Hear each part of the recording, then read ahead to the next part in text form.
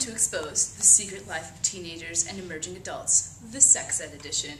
Today my fellow peers and I will be giving a more holistic sexual education than you may have experienced. Our goal is to try and give you all the available information needed to make well-informed decisions that will help you in your personal journey as well as in making healthy and safe sexual decisions for yourself. Throughout this video, you will hear from our peers about their experiences around sex and sex ed. So, sex. The word that has parents cringing and adolescents and emerging adults usually giggling or blushing. In most videos, we get one of two narratives. Sex is bad and you will get a disease, or abstinence is the only way. Both are of course true for many individuals, but they narrow our views and cause people to stigmatize others. We are going to try and avoid that today. So let's start off with our biological sex and our reproductive and sexual anatomy.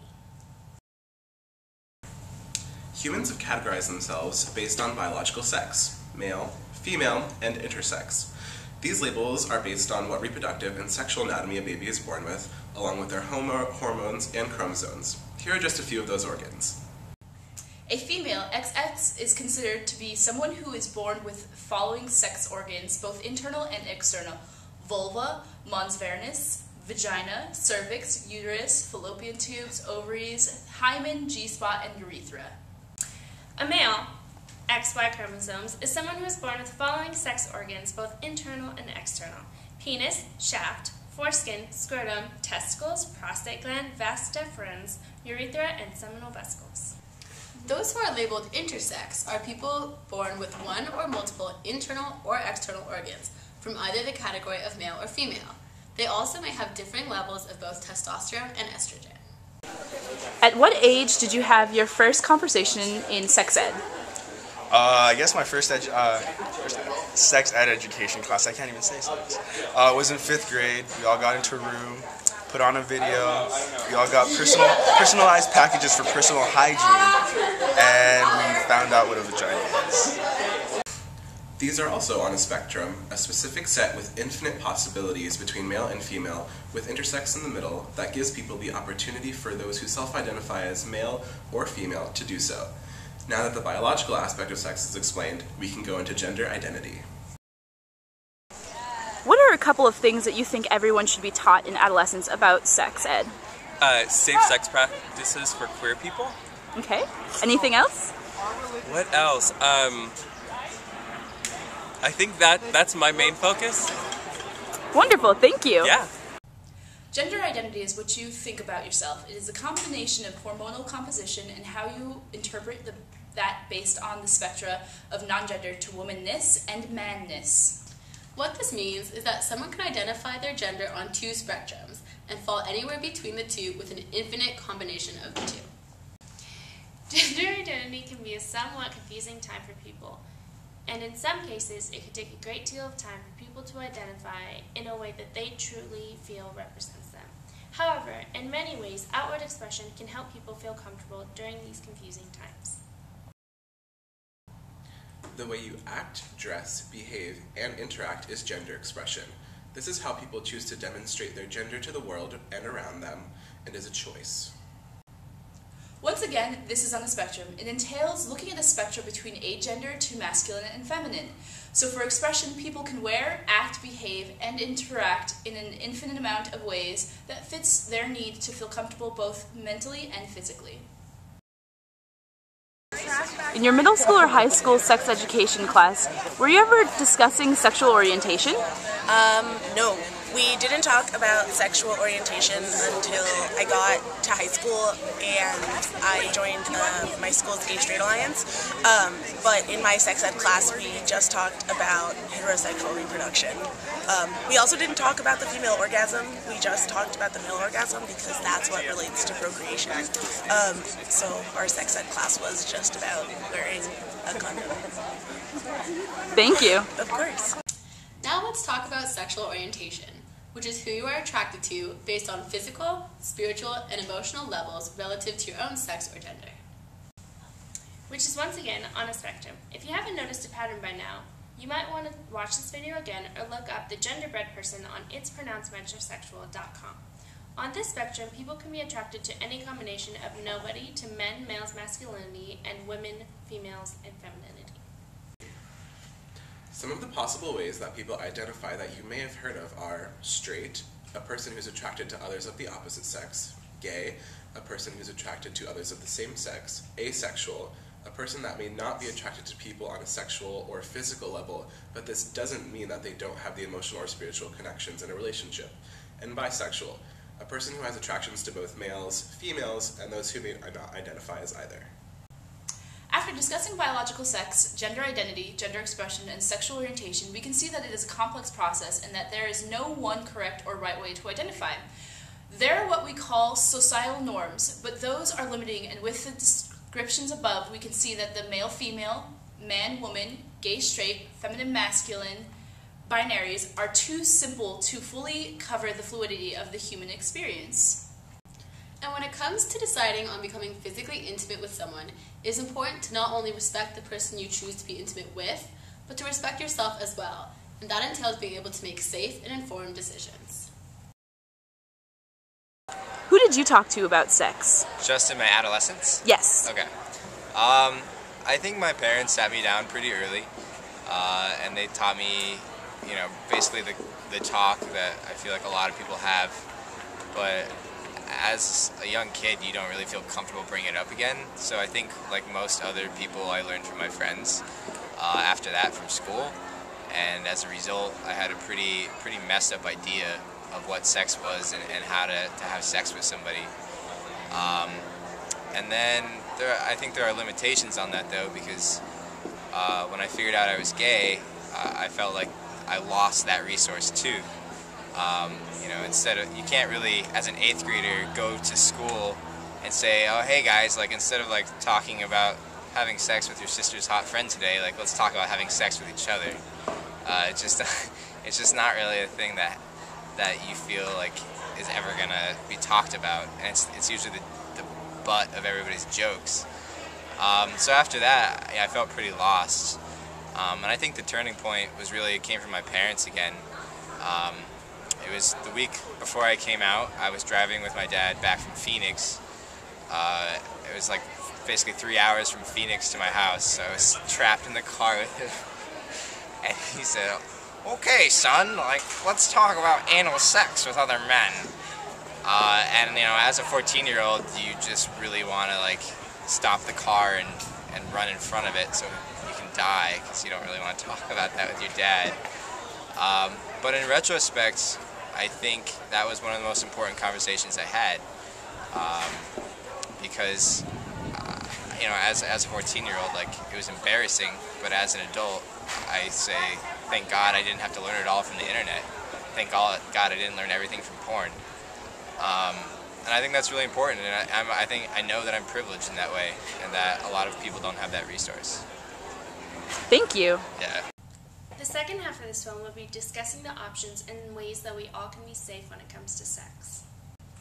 It is assumed that sexual activity and decision-making is limited to intercourse, which is penetrative sex, manual stimulation, which is stimulating your genitalia with your hand, or oral sex, stimulating genitalia with one's mouth. However, sexual decision-making can encapsulate many things from holding hands to sex and online activities such as texting, sexting, Facebooking, Snapchatting, anything that you can think of. These are all important and valid decisions that need to be made. Like all decisions to be made in life, there are risks and consequences, both positive and negative. In order to make these informed decisions, we must know both the facts and our own personal beliefs and feelings towards sexual activity. How do you think we should teach people about STIs without stigmatizing them? I think to teach people about STIs, you have to tell them the cold, hard facts about them. Let them know physically what happens to your body when it's under the effect of an STI, and show them images and pictures, and I think that alone will be enough to deter bad decisions. Thank you. As many of you know, some of those risks consist of sexually transmitted infections, or STIs. Sexually transmitted infections, also called STDs, which stands for sexually transmitted diseases, or VDs, venereal diseases. It is any infection transmitted by sexual contact via semen, vaginal secretion, or blood during intercourse. We use the term STI rather than STD to reflect the fact that a person may be infected and may potentially infect others without showing signs of disease. STIs can be bacterial or viral. Bacterial STIs are caused by bacteria and can sometimes be treated by antibiotics. Some examples are chlamydia, syphilis, and gonorrhea. Viral STIs are caused by viruses. They cannot be cured by antibiotics, but can sometimes be prevented by vaccines. Some examples are herpes and HIV. People who have or will contract an STI can sometimes be stigmatized, but it is important to realize that people who may be living with an STI still lead healthy and happy lives. STIs are more common than we might think, and it is important to familiarize ourselves with how they are transmitted, the symptoms, and where somebody can get tested. Over 20% of people in the United States has or will have contracted an STI in their lifetime. For those of us in the teen or emerging adult category, this statistic is even higher, so it's important to break the stigma. Were you taught how to use a condom or barrier method in your sexual education class? Yeah, I was. I think it was 10th grade. I was not. The state where I grew up was abstinence-only education, so I was not taught how to use a condom or barrier method. I also went to private school, so I think we had a different, regulations. Yeah. And I was at a public school. What public school did you go to and what state? I went to Enloe High School in Raleigh, North Carolina. I went to a private Catholic school, and my teacher wanted to teach us, but wasn't allowed to. Ooh. Wow. Thank you. Contraceptives. Along with getting STIs, there is the possible risk of getting pregnant for some who are sexually active. Depending on your beliefs, there are several different ways to prevent pregnancy, and in some cases, STIs. There are what we call contraceptives, also known as birth control. Here are just a few. Condoms for both male and females, injections, vaginal ring, patch, IUD, oral contraceptives or the pill, family planning, and abstinence. As you have just heard, there are several different forms of birth control, and each serve in a different way to lower the risks that come with being sexually active. The most commonly known form of birth control is condoms, both male and female. They are considered barrier methods, which are the only things that protect against STIs. They put a physical barrier between the penis and the vagina, which keeps the sperm from reaching its ultimate destination, the egg. They are 98% effective in preventing pregnancy and STIs if used correctly and can be purchased in a store or picked up at a clinic. Now we are going to go over a few different types of barrier use. The first is the condom. Before you use a condom, you want to make sure that it is properly sealed and has not passed its expiration date. To make sure that it's properly sealed, you want to make sure that there is a bubble within the package so that it's airtight. Next, you want to look at the expiration date and ensure that it hasn't passed. Next, to open the condom, you never want to use your teeth, and you want to push the condom out of the way before you rip the side. Now we will show you how to properly put on a condom. Today, we will be using a banana to represent a penis.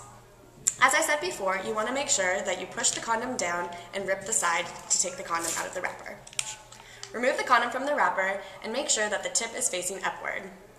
Place the condom on the tip of the penis, holding the tip of the condom while you use your other hand to roll the condom down the shaft of the penis.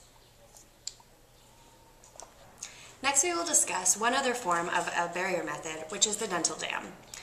To make a dental dam out of a regular condom, which can either be latex or non-latex, use a pair of scissors to cut off the tip of the condom. Next, cut up the side of the condom, and you have a homemade version of a dental dam. This can be placed over the genitals of either a female or male, and it prevents the transference of any fluids. STIs. Let me repeat that. Barrier methods are the only things that protect against STIs. Then there are hormone-based birth controls that are prescribed by a doctor or obtained through a health clinic and either prevent ovulation or thicken the cervical mucus to keep sperm from reaching the egg, or a combination of the two. With a 92% effective rate in preventing pregnancy, they consist of the pill, the vaginal ring, and the patch, and will only be fully effective if they are used as instructed. There are also other hormone-based contraceptives like the shot, the IUD, and implantin. However, these are not as successful as prescription-based contraceptives. The IUD and the implantin are both implanted into your body, requiring a scheduled doctor's appointment and follow-up appointments. The first is implanted in your uterus and the second in your arm. Then, the shot is administered every 3 months. All have close to a 99% effective rate in preventing pregnancy, but may include other medical side effects. The only contraceptive that is 100% effective in preventing both STIs and pregnancy is abstinence. This is the choice to abstain from sexual activity altogether. Many people choose abstinence for different reasons, and it can be a choice made even after a person has a previous sexual encounter. However, it is only 100% effective if maintained consistently. It is important to recognize that using any of the above contraceptives is a personal choice, but also something that should be discussed among partners before engaging in any sexual activity.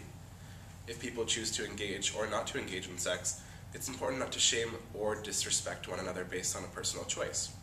It's okay to have your own beliefs, but when you begin to impose those beliefs on others, boundaries are being crossed. Did you get taught about consent in your sex ed?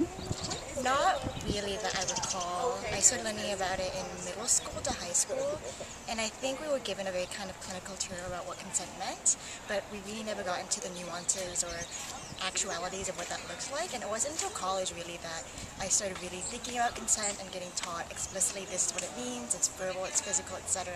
And that, it also applies not just to sexual actions, but other things. So if someone were to try to kiss me or hug me, and, I think that would have been valuable to have early on, because there were lots of situations where I just felt uncomfortable, but I was like, oh, I can't say no, or that's how it goes. But really knowing what consent means would have prevented a lot of that discomfort. Final message to you is that of consent. Consent is an active process of willing and freely choosing to participate in making sexual decisions of any kind with others. It is an important part of having mutually fulfilling sexual experiences. Consent is both verbal and nonverbal. This means talking to your partner prior to engaging, asking questions throughout the process, and reading body language. Remember, no means no, always. Consent is not silence or the absence of a no. Consent is something that must be given at all times. Recognize that just because you have given consent once to someone or a long-standing partner, it does not mean that they have the right to do it again without asking. Consent can look different at any given time for each and every individual.